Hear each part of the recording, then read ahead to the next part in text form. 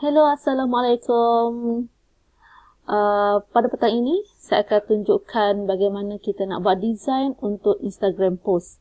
Sebenarnya, sekiranya kita dah buat design untuk Instagram post pun, kita boleh gunakan gambar tersebut untuk post dekat Facebook. Tetapi design untuk Facebook post yang ini, Facebook post yang ini, kita tidak boleh gunakan untuk Instagram. Sebab apa? Sebab Instagram post dia memang dah ada size dia iaitu 4 segi sama. Sedangkan kalau Facebook post dia dah macam 4 segi tepat sikit Jadi kalau Instagram post kita boleh postkan dekat Facebook, tetapi Facebook post kita tak boleh. Bukan tak boleh lah, size tu nanti akan lari sedikit bila kita upload dekat Instagram. Right?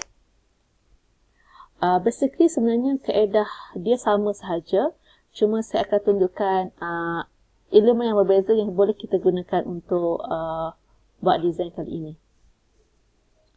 Okey, sama juga seperti sebelum ini, kita pilih template sedia ada yang memang cantik pada Canva ni.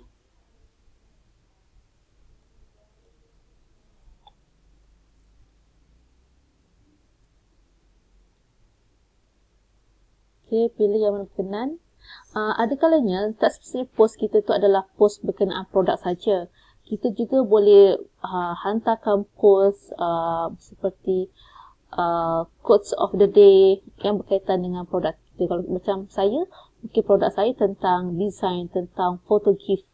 Jadi mungkin boleh kita remind tentang betapa pentingnya menyimpan memori-memori ini dalam bentuk gift sebagai kenangan kepada seseorang. Okay, let's say saya ambil yang mudah saja. Okay, kali ini saya hanya nak bagi customer tahu bahawa saya akan muncul dengan produk baru. Jadi kita nak buat mereka tertanya-tanya, tunggu apakah produk kita. Saya ambil template yang ini dan upload satu gambar lain, iaitu produk saya terbaru.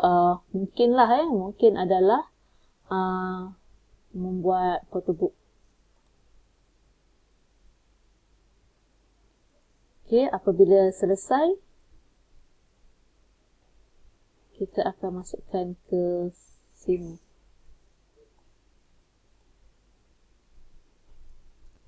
Okey, apabila anda tengok templates yang ada ikon watermark Canva ini sebenarnya ikon yang kena beli, maksudnya template yang kena beli. Sebab mungkin gambar yang digunakan adalah bukan gambar yang free royalty, jadi kita boleh buang saja.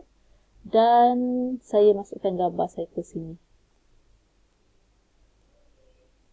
Okey, kita boleh buang dan masukkan gambar.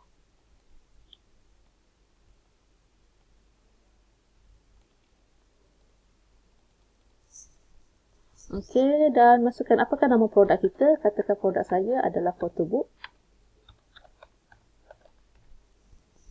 Dan coming soon. As simple as that. Tetapi saya akan tunjukkan anda macam mana kita nak tambahkan background. Okay, let's say saya tertarik dengan background. Saya simple lah. Okay, stripe ni. Masukkan saja. Nampak? Okay, tapi dia tak menonjol dengan saya punya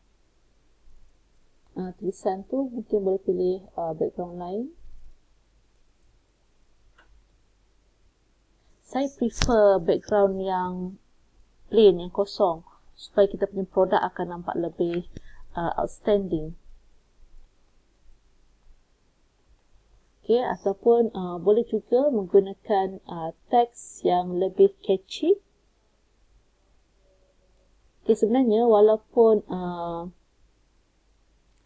wording ini memang, template ini memang dah ada wordingnya, tapi kita still boleh ubah mungkin saya nak gunakan yang ini. Okay, nampak?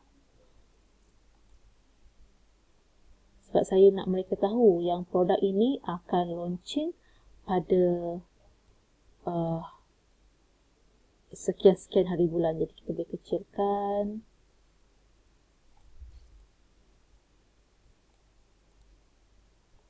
Okay, tulisan ni jadikan dia warna hitam supaya ada kontra dengan okey. katakan saya nak keluarkan produk ini pada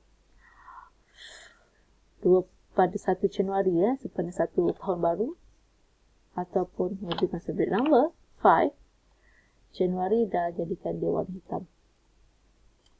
Okey, kemudian adjust sikit lah gambar ni supaya nampak lebih cantik.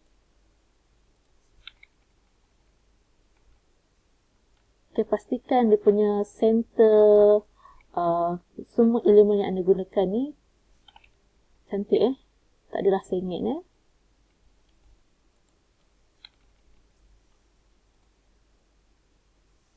Okey, dan nama dia pun photobook, dan pastikan semuanya all changes save, dan bila berpuas hati kita boleh download. Okey, itu saja. Kita jumpa lagi dalam next tutorial.